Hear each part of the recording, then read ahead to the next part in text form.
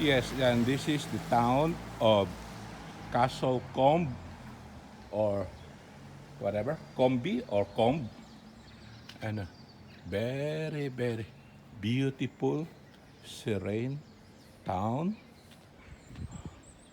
Oh, and I think that was a graveyard there beside the, yeah.